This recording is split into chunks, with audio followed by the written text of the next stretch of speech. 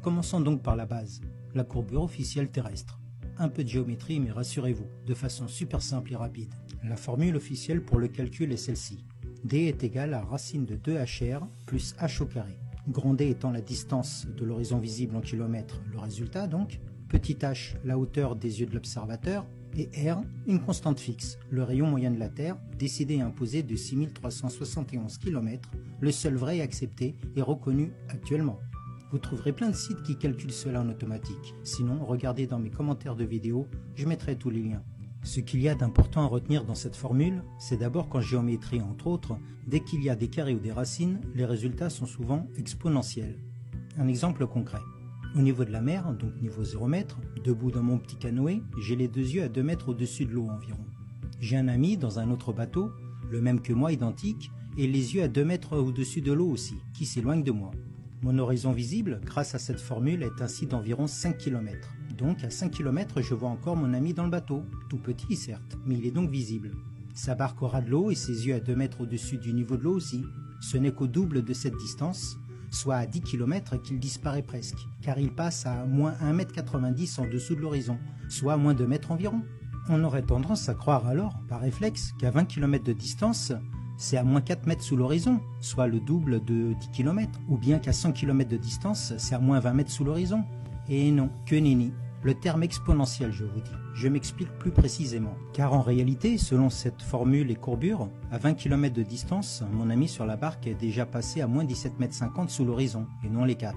À 100 km, il disparaît à moins 707 mètres sous l'horizon, et non les 20 mètres que l'on s'imagine par réflexe. Et à 200 km, directement à 2982 mètres, presque à moins 3 km sous l'horizon. Vous avez compris, c'est simple en fait. Voici un premier point expliqué. Il faut savoir que ce calcul pour la courbure de la Terre est juste tel quel. Personne ne le nie. Mais rappelez-vous le point commun et indissociable du calcul. C'est valable tel quel si et seulement si le rayon de la Terre ou le radius pour les matheux est bien de 6371 km, comme dit officiellement, de rayon moyen dans la courbure terrestre. Mais que seraient tous ces résultats si au lieu de 6371 km de rayon, je le calcule avec 8800 km ou 11 000 km de rayon? Tout serait bien différent, non? La Terre ne nous semblerait-elle pas plus plate que prévu?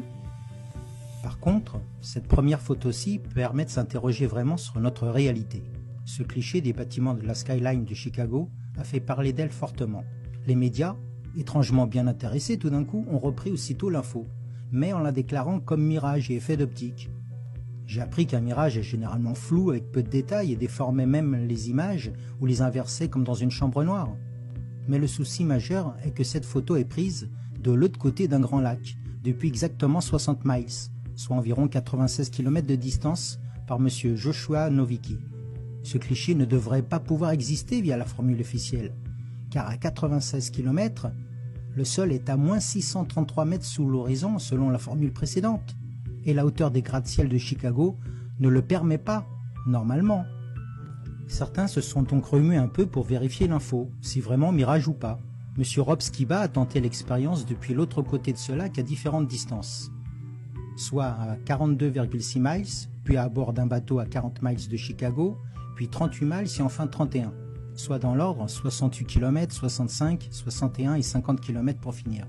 Comment expliquer qu'à 65 km de distance, l'horizon officiel devait être environ à moins 270 mètres, même avec les yeux à 3 mètres au-dessus de l'eau. Même avec des vagues et les remous, on voit les tours, les bâtiments de quasi plein pied.